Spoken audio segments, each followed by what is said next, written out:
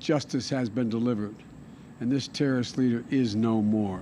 No matter where you hide, if you are a threat to our people, the United States will find you and take you out. Le président américain Joe Biden a annoncé hier soir que le chef d'Al-Qaïda, Ayman al-Zawahiri, a été tué en fin de semaine lors d'une frappe américaine à Kaboul, en Afghanistan. Celui-ci avait participé à la coordination des attentats du 11 septembre 2001. Pour dresser le portrait de cette organisation terroriste, avec nous, Sami Aoun. Il est politicologue, il est professeur émérite à l'École de politique appliquée de l'Université de Sherbrooke et directeur de l'Observatoire sur le Moyen-Orient et l'Afrique du Nord à l'UQAM. Sami Aoun, bonsoir. Bonsoir.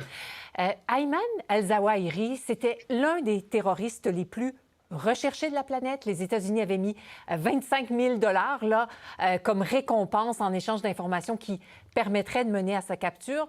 À quel point il représentait une menace, mais surtout à quel point Al-Qaïda est encore une organisation qui représente un danger pour l'Occident? Vous avez bien raison de souligner que Ayman al-Zawahiri était une personnalité terne et qui a été éclipsée soit par le charisme de Oussama Ben Laden, soit aussi, malgré qu'il est un grand organisateur, un grand stratège, aussi un idéologue assez bien articulé, sauf qu'il n'avait pas vraiment une emprise sur Al-Qaïda, de la sorte que les gens lui payaient une loyauté, reconnaissant sa légitimité, mais pas nécessairement vraiment de le suivre. C'est pourquoi lui, peut-être dans son bénéfice, il a fait que Al-Qaïda n'est plus une organisation pyramidale, mais elle est devenue de plus en plus une organisation plutôt réseautique, plutôt dans les réseaux et les cellules. Ce qui fait qu'aujourd'hui, on a plusieurs franchises de Al-Qaïda, même si lui, il tenait la maison mère, mais pratiquement, Al-Qaïda est plus une menace diffuse. Donc, une franchise des succursales, finalement, d'Al-Qaïda. Le fait que ce soit diffus, que finalement la menace soit répartie, est-ce que c'est une menace qui devient moindre pour l'Occident?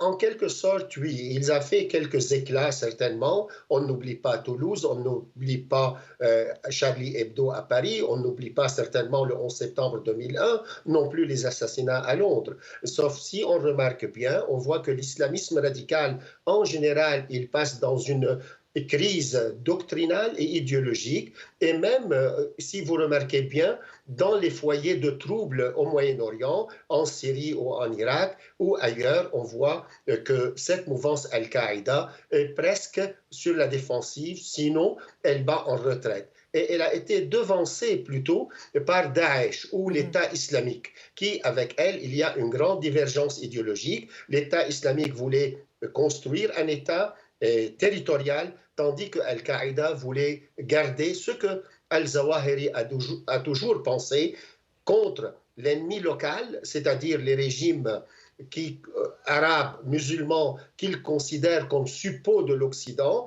et qui sont en train de promouvoir un faux islam ou ils sont anti-islam, et aussi l'Occident colonial, impérialiste, qui est l'ennemi lointain.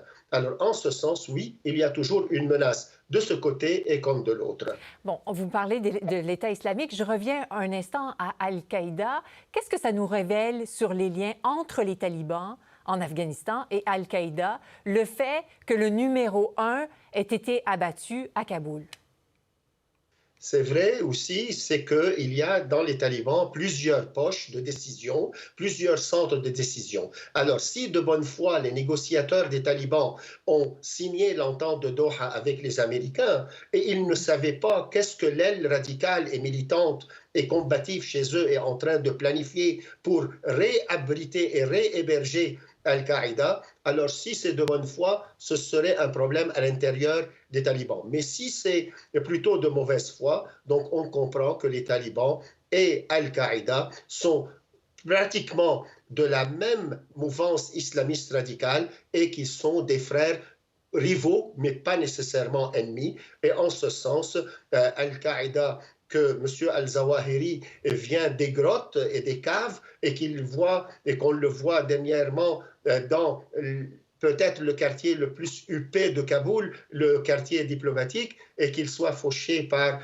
l'armement américain le plus sophistiqué, certainement ici laisse désirer. Soit les talibans n'ont pas un projet de société et ils ne veulent pas vraiment construire un État et un développement en Afghanistan, ils veulent garder leur pays comme plutôt une place de règlement de comptes et un abri et un refuge pour les éléments les plus radicaux, rigoristes et terroristes de l'islam. Oui, à voir si ça va être à nouveau un sanctuaire pour les terroristes. Sami Aoun, je vous remercie beaucoup.